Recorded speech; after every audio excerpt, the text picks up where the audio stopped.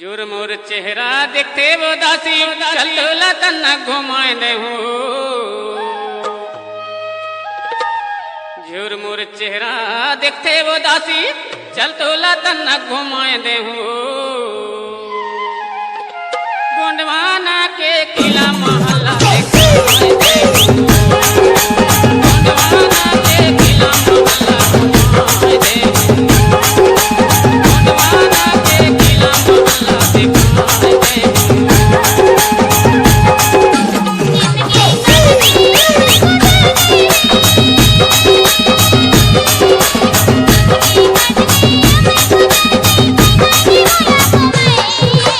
DJ Mahesh exclusive.